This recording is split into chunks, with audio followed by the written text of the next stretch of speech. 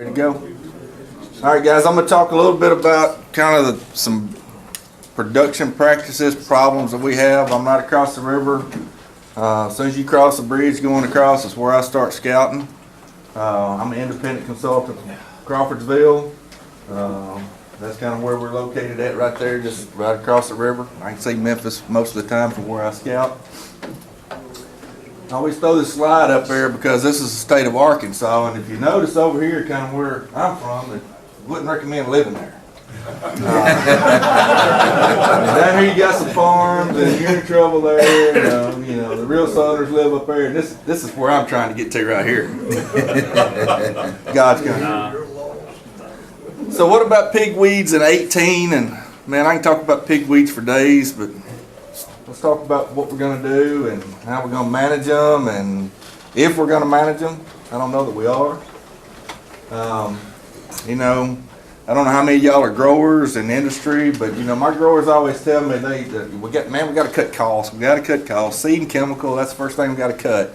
It's always seed and chemical, and you know, really the rent's too high for most of us, and the seed for the most part is pretty much the same price as it was or last year or the year before, and most of the chemicals are kind of coming down in price. There's a couple new ones out there that's maybe a little pricey, but for the most part our crop production stuff is not a whole lot of different in input size from what we've done the last couple of years.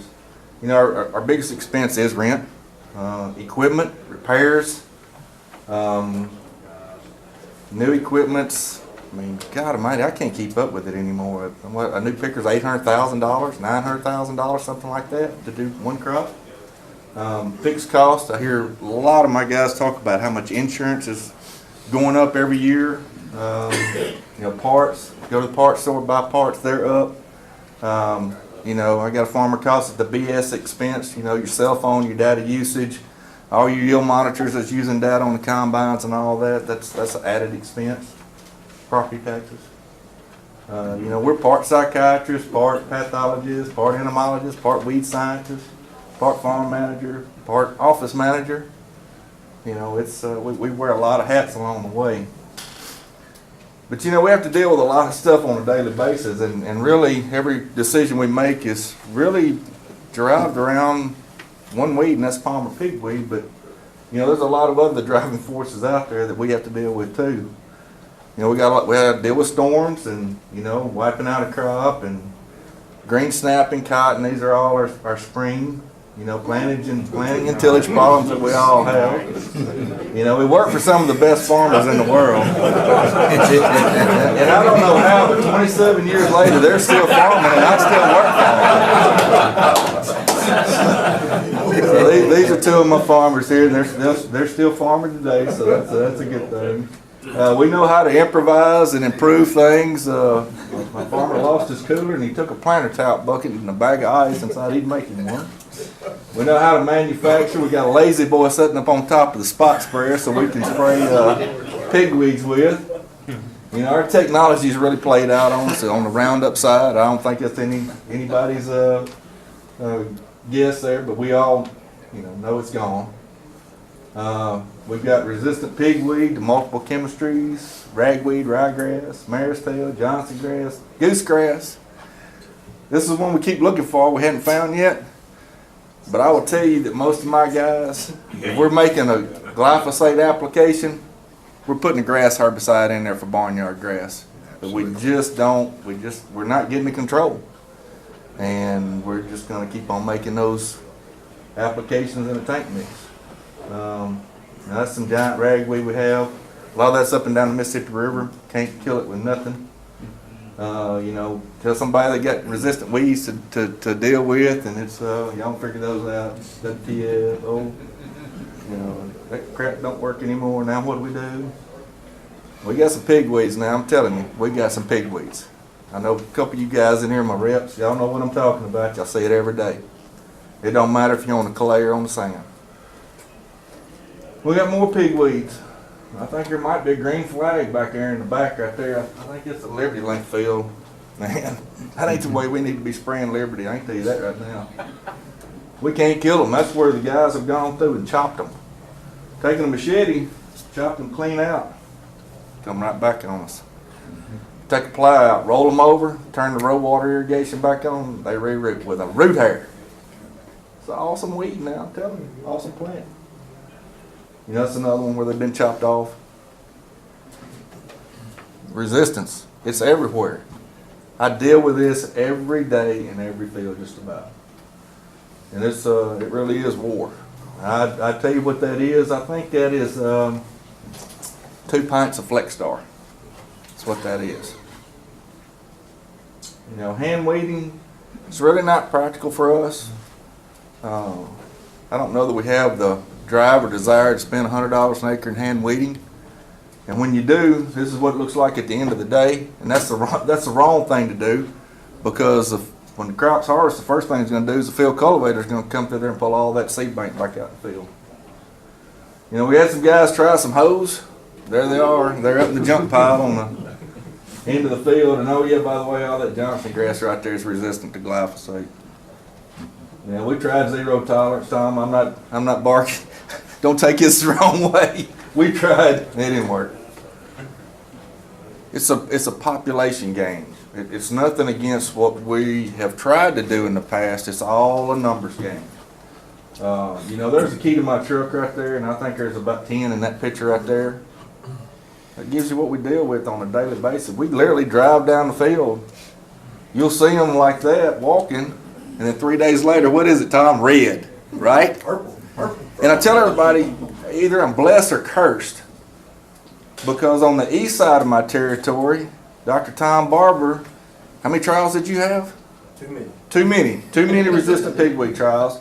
And on the west side of my territory, Jason Norsworthy's got a plot. And so I don't know if I'm blessed or cursed to have both of them on some of my gorgeous fields that I walk every day, or what's going on. But that's real world. That's real typical for me. That's a typical step in the field every day.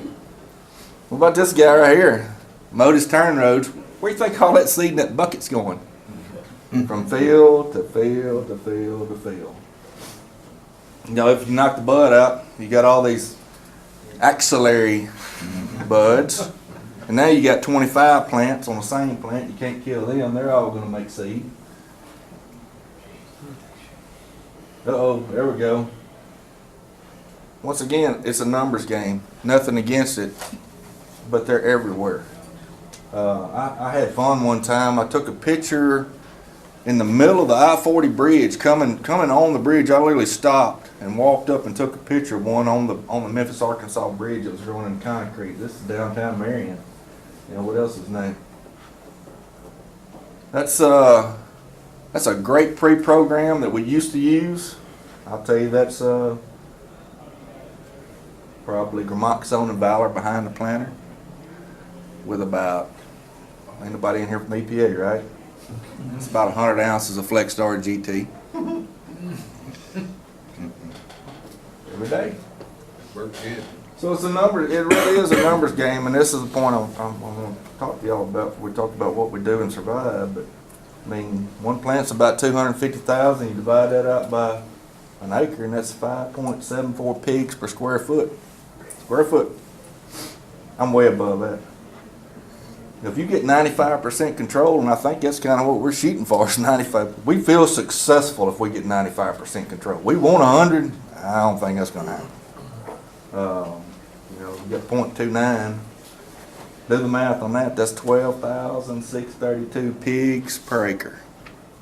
Each one of those produces 250,000.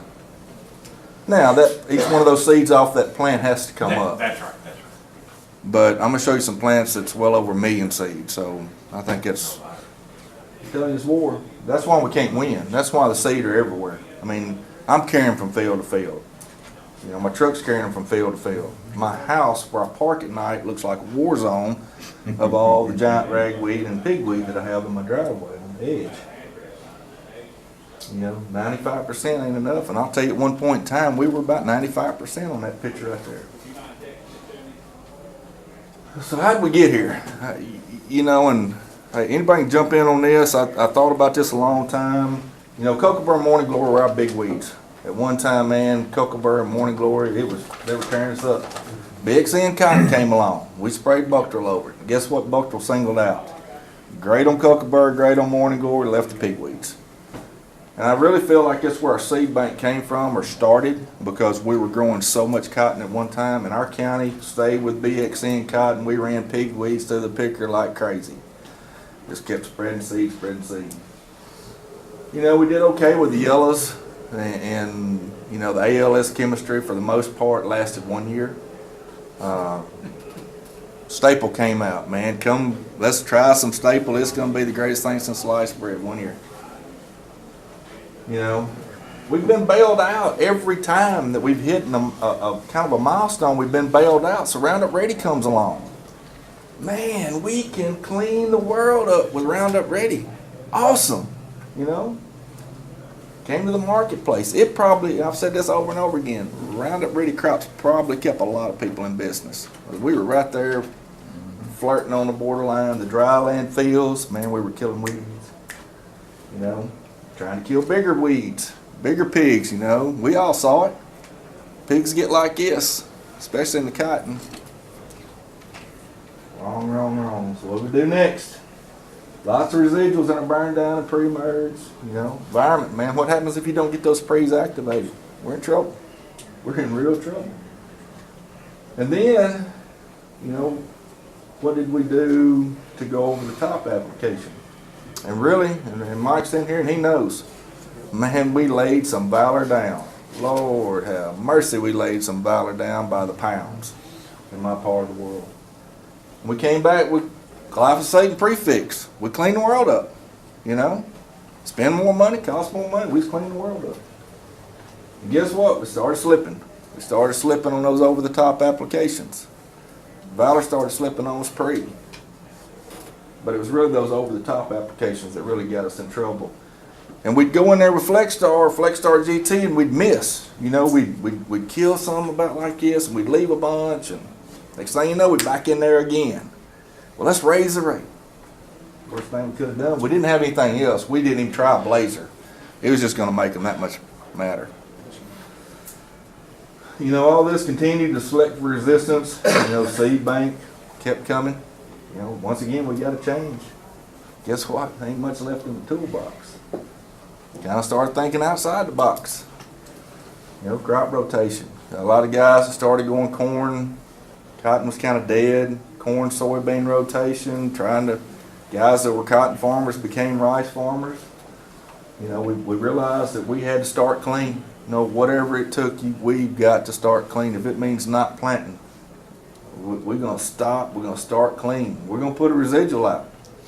If we need to start the irrigation pivots, we're going to start the irrigation pivots to get that residual activated. I mean, people call me all the time, what in the world are y'all running pivots for? We're trying to get some pre's activated. You know, we keep spraying dirt. We play with row spacing and plant populations, and we use seed treatments on just about every acre of soybeans we got. It brings added benefits to us from the insect side, but it's to get those plants up out of the ground so we can get that crop to canopy. Cover crops, a lot of guys doing cover crops, and that's been a blessing for us. It's probably kept us in the game on a lot of fields. Windrow burning, you know, we started bringing back old products again. We've done it before, doing it again. You know, we're going to continue to start clean. Guys, really, we're down to dual and zig and outlook, metribuzin, and the metribuzin's on the varieties that'll let us. That's where we're at. And I'm going to tell you right now, from a pre-standpoint, we fixing to burn Residual up just like we burnt Valor up. And I'm not picking on Valor, Mike, by any means. I don't want you to think I am, but that's the road we're on right now. In Liberty Link crops, and we're putting these type residuals down on every crop technology we got. I don't care if it's Extend, Roundup, conventional, that's what we're working with. What are we doing over the top? I don't have anything. We're toast. It's Liberty. It's another residual. It's a dual. It's another shot of Residual. It's Warrant. Boys, we in trouble. We in trouble. You know, Extend, we had to Extend crops last year. And I'll tell you, I'll be the first person to tell you. They were clean. They were clean. We started with the same program that we've always started with a good base foundation. We still turned the pivots on. We got plenty of rain last year to get everything activated. For the most part, we were maybe 1.5 applications of Ingenia. We couldn't use Extend. We put a residual with it every time we went across the field. Residual, some form of dual. Tank mix. Guess what? April 15th cutoff this year. I don't know what we're going to do. And every time I turn around, I hear another farmer come and said, I want to be all Roundup ready this year. I want to be all Roundup ready this year. What about them pigweeds? I don't know. We'll see what happens. I want to be Extend because I'm worried about my neighbor. You know, I'm going to do everything right. I'm worried about my neighbor. You know, this looks pretty good for us. We've looked at it for several years. When's it coming? When are we going to have the right variety for the right soil type? You know, the right technology's there. I say it's there. I think Extend and Enlist are good technologies for us. You know, we got a lot of crossroads to go down with those. There you go. I think we're going to burn Residual up. Variety selection is very limited. When you go to the store to buy a soybean seed, or when we recommend a soybean seed, what do we recommend it on? Yeah, we all want to talk about nematodes and disease packages and yield. It's yield. Well, that bean made 90 bushels last year. Well, guess what? That's what we're going to plant. They ain't got no nematodes. We'll put some seed treatment on. Isn't that right? That's exactly right. Numbers up there with it. Doc's done a lot of work. How am I on time, Doc? Good. How much time we got? I may take your whole time. This is my next huge concern right here. And I don't even know if that's the right term, Doc. Secondary metabolism. Is that good enough? What's the official term for it? Well, it's just metabolic resistance or increased. I'll talk a little bit about it. Okay. The official term is oh shit. Yeah. So guys, When you sell dual, it's oh shit. So guys, these fields, the only point I'll make is I'll let Doc handle that. But these fields that I will tell you that are glowing in the dark in PPO resistance, we're losing on our herbicides in that group that I showed you we're putting out every day now. We're slipping. The duals, they're slipping on us. They're not giving us the control. Even at a higher rate, they're slipping. And it has something to do with that metabolism we're talking about. You know, y'all want to see the epicenter of resistance, come see me. I'll show it to you. Now I will not be gloom and doom. I told Larry as we came in here. Try not to be. Resistance showed up what, Larry? 12 years ago, 15 years ago? It's been a while. We haven't missed a bean crop yet. We ain't missed a cotton crop. But we had a lot more in our arsenal than I got to work with today to go into 2018. That's the scary part for me. We're going to rotate as much as possible. We're going to stay clean. We're going to add whatever technology we can use, whether it's Liberty, whether it's dicamba, whether it's 2,4-D technology, and we're going to continue to add a residual on top of it. And let's hope it works.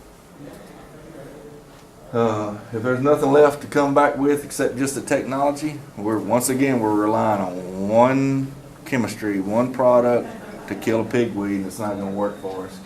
You know, and thank God, soybeans got to be $10 an acre for us to survive. Because we are spending a ton of money, $75, $80, $90, $100 if you get that, make that mad application as I call it. So anyway. This is a pigweed on one of my farms, and you know we kind of had to measure it. So it's 15 feet tall and 12 feet wide. Figured y'all get a kick out of that. There's my pickup truck behind it. You know, seeing a lot of this with Liberty now. Call Tom, call Doc. Man, what's going on? Scary, scary. You got some seed in the greenhouse, don't you? Is that a 29? 32. That's a 32. Green flag in the background. Boys, that's way too late. But that's my farm, that's one of my farmers that depends on a commercial applicator to come, and he can't get there in time. Gotta be better stewards.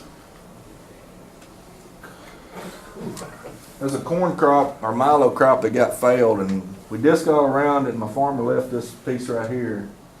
What's not corn? Pigweed.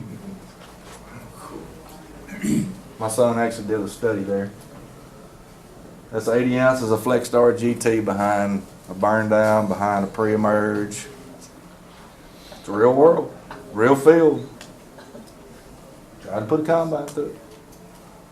You know, we got some tough decisions to make in 2018. I don't know if y'all can see this or not, but it's one of my farmer's trucks. Man, he's having a hard time trying to decide between loose leaf tobacco or smokeless tobacco or just going with the cigarettes. You know, Go on, Chuck. you know he's in That's all trouble. we need to see any more of that. That's all I got, guys. Thank y'all. Any questions? Guys, discussion while I'm loading this thing up? Gotta be more discussion than this.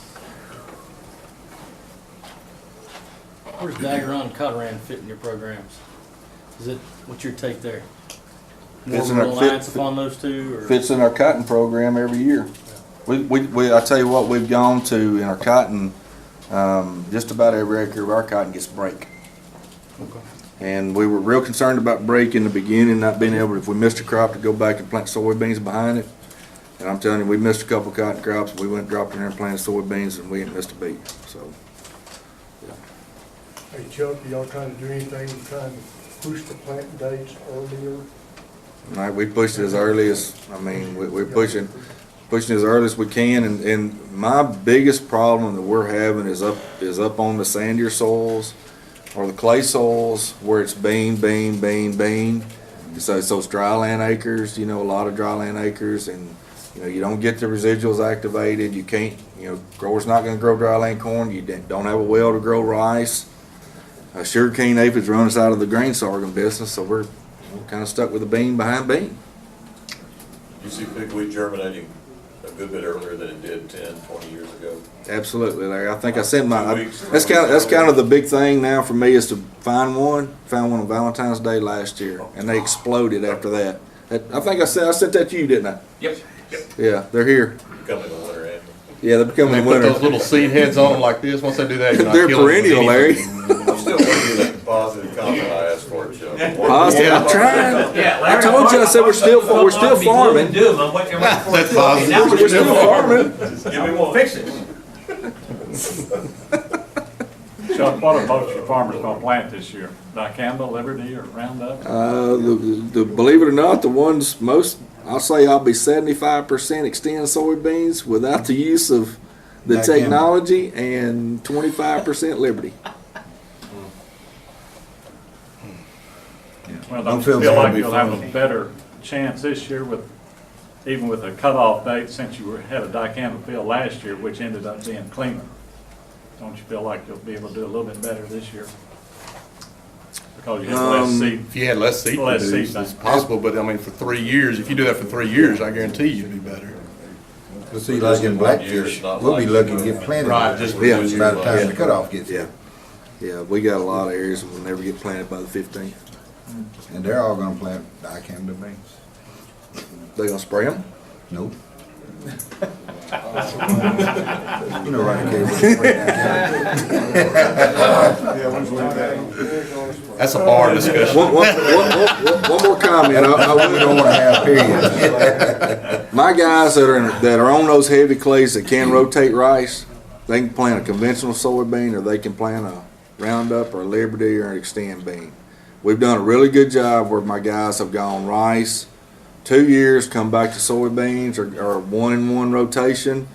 The ditch banks and the turn roads look like death, but those heavy clay soils we're managing right now. Yeah, that's true. And rice is a big key for us. We just can't grow it in every field. Even corn on those heavy That's fields right. helped. That's right. So other than that, Chuck, or you and Tom, could y'all comment, does deep tillage, turning these things over 10 to 12 inches, does that get rid of them? It can help, it can reduce. Would you comment on that Well, so the old moldboard plows, breaking plows, whatever, that flip it over, bury it 6 inches, because pigweed's gonna germinate from the upper inch for the most part. And so, that's fine, but then if we got so much furrow irrigated, I mean, if you bring beds back up, or you do any more stirring, other than just like a field cultivator to flatten it out or whatever, I mean, you could bring more up. But we had a lot, I mean, in Chucks County, when we did some demos with deep tillage several years ago, I mean, you can see a difference. I mean, I got some